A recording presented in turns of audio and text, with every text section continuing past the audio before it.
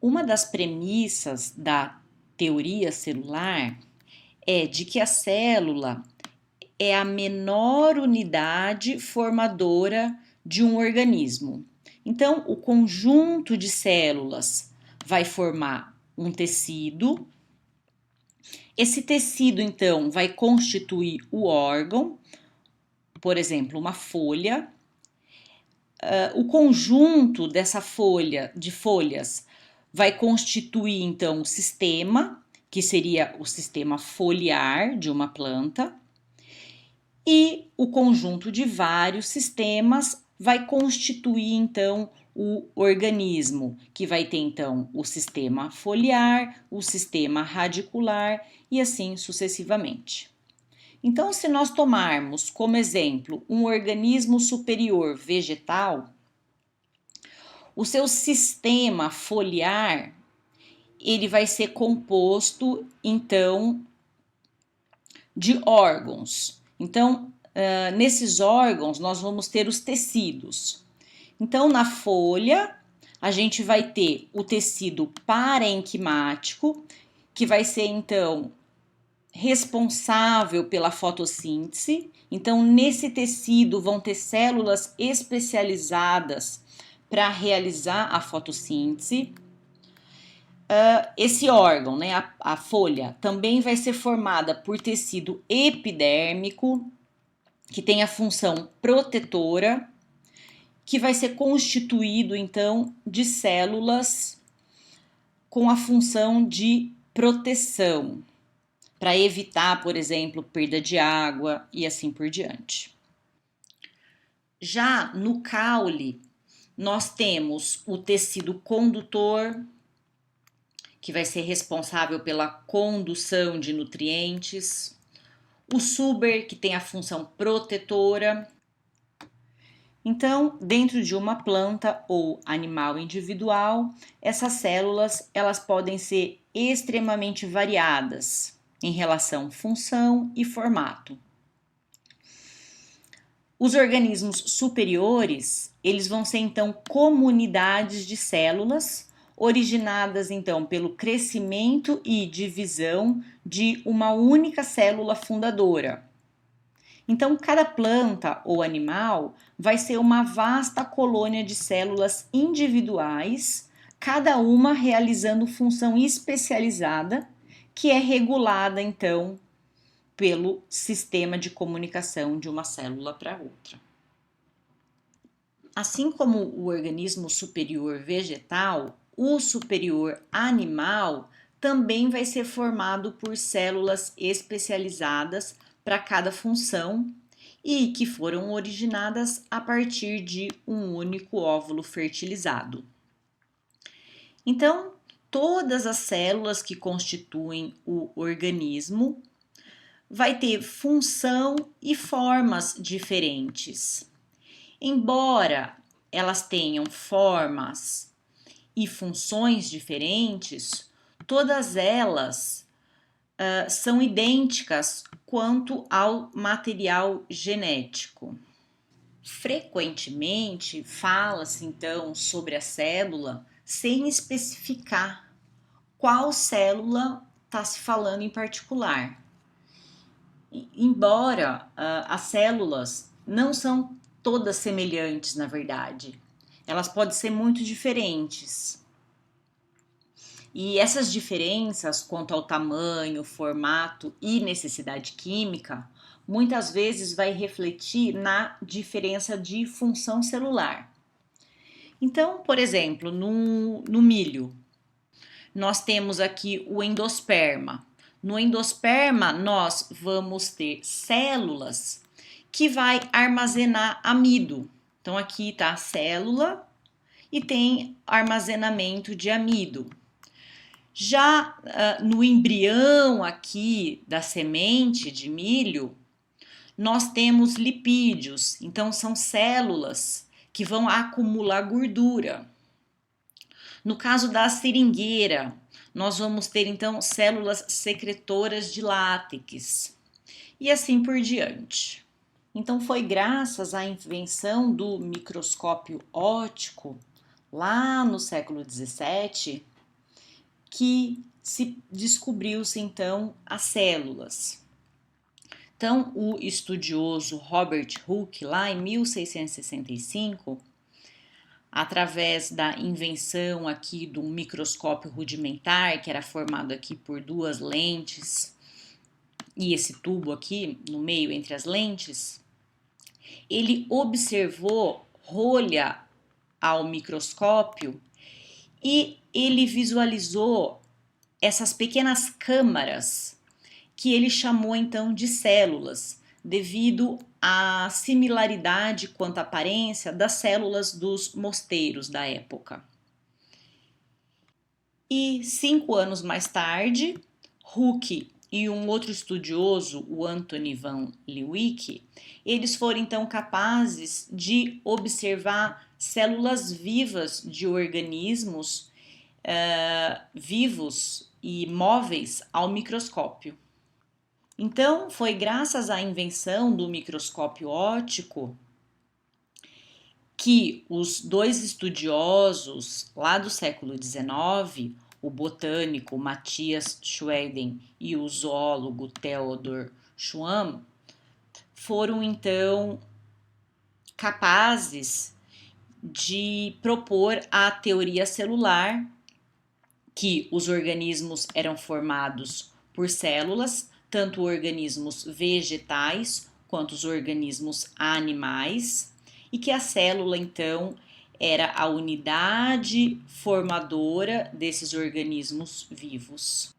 E um tempo depois, também durante o século XIX, o patologista Rudolf Virchow, ele então aceitou a teoria celular de que as células são originadas a partir de células pré-existentes pelo crescimento e divisão celular. E 30 anos mais tarde, um outro pesquisador, ele então observou e desenhou a divisão celular que estava ocorrendo então numa célula em divisão. Então aqui nós vemos o material genético sendo condensado, realizado, acontece então a formação de fusos, ocorre a divisão aqui do material genético e logo aqui a formação da divisão entre as duas células, originando duas células filhas. O microscópio óptico, ele vai então permitir examinar as células além de alguns componentes das células.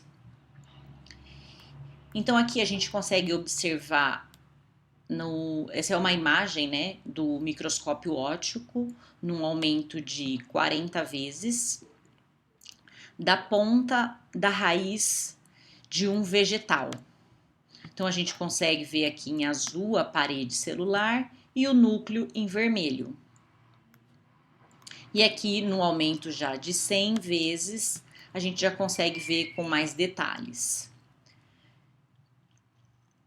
Então, visualizar a estrutura interna de uma célula, ela é difícil, não apenas por ser pequenas, mas também porque as células, elas são transparentes. E na maioria das vezes incolores. Então, uma maneira de contornar esse problema é a utilização então de corantes para facilitar então a visualização. Então, nessa primeira imagem, nós temos aqui uma imagem por microscopia óptica de uma célula animal. É possível visualizar, então, aqui a membrana plasmática circundando a célula e o núcleo mais proeminente. E uma imagem de microscopia por fluorescência, que já tem um poder de resolução maior. Nós vemos, então, aqui o núcleo, o citoesqueleto da célula e células de pigmentos. A estrutura detalhada de uma célula, ela pode ser revelada por microscopia eletrônica com um grau de detalhes muito maior do que a microscopia óptica. Então, nessa imagem aqui, nós temos uma célula animal e é possível visualizar, então, na microscopia eletrônica, o núcleo, a membrana plasmática. Do lado aqui do núcleo, nós temos, então, aqui o retículo endoplasmático.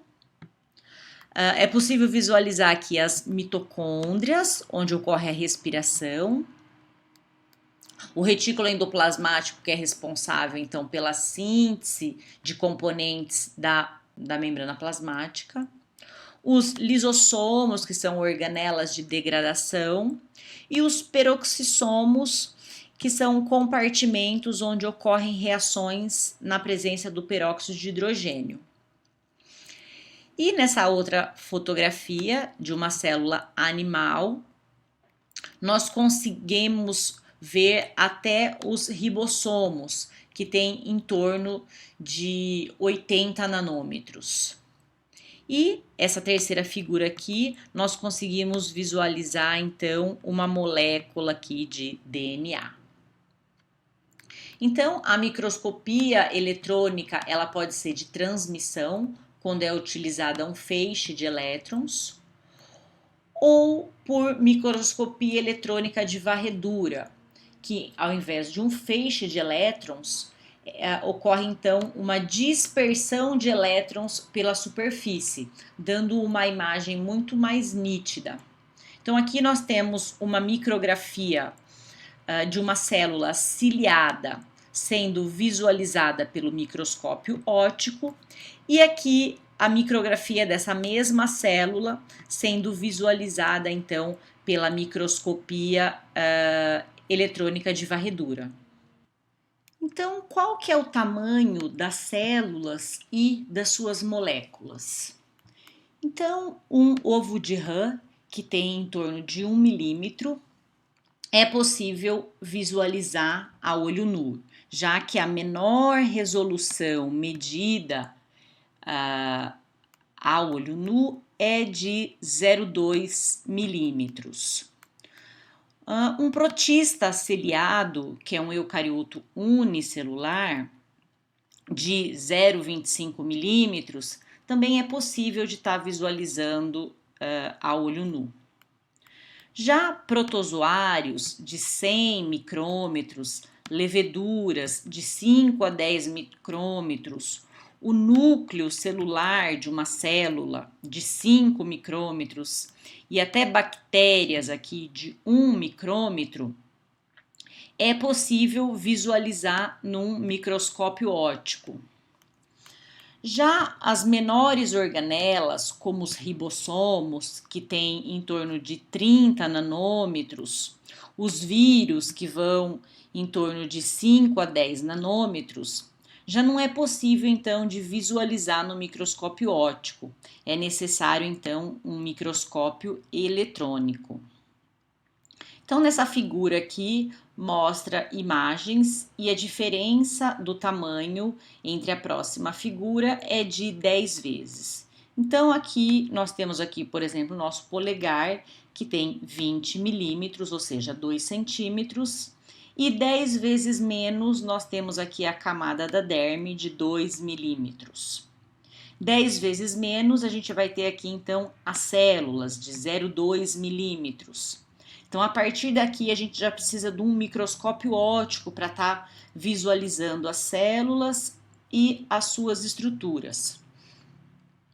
Então, aqui nós temos, então, uma célula, né, que tem 0,2 milímetros, e dentro da célula nós temos aqui organelas, que aqui está destacado uma mitocôndria de 20 micrômetros, e dentro, então, dessa organela aqui, dessa mitocôndria, nós temos aqui os ribossomos. E esses ribossomos, então, para ser visualizados de maneira que tenha um poder de resolução satisfatório, é necessário então estar visualizando no microscópio eletrônico. Então a gente consegue no microscópio eletrônico ver a estrutura aqui do ribossomo e a composição molecular então desse ribossomo.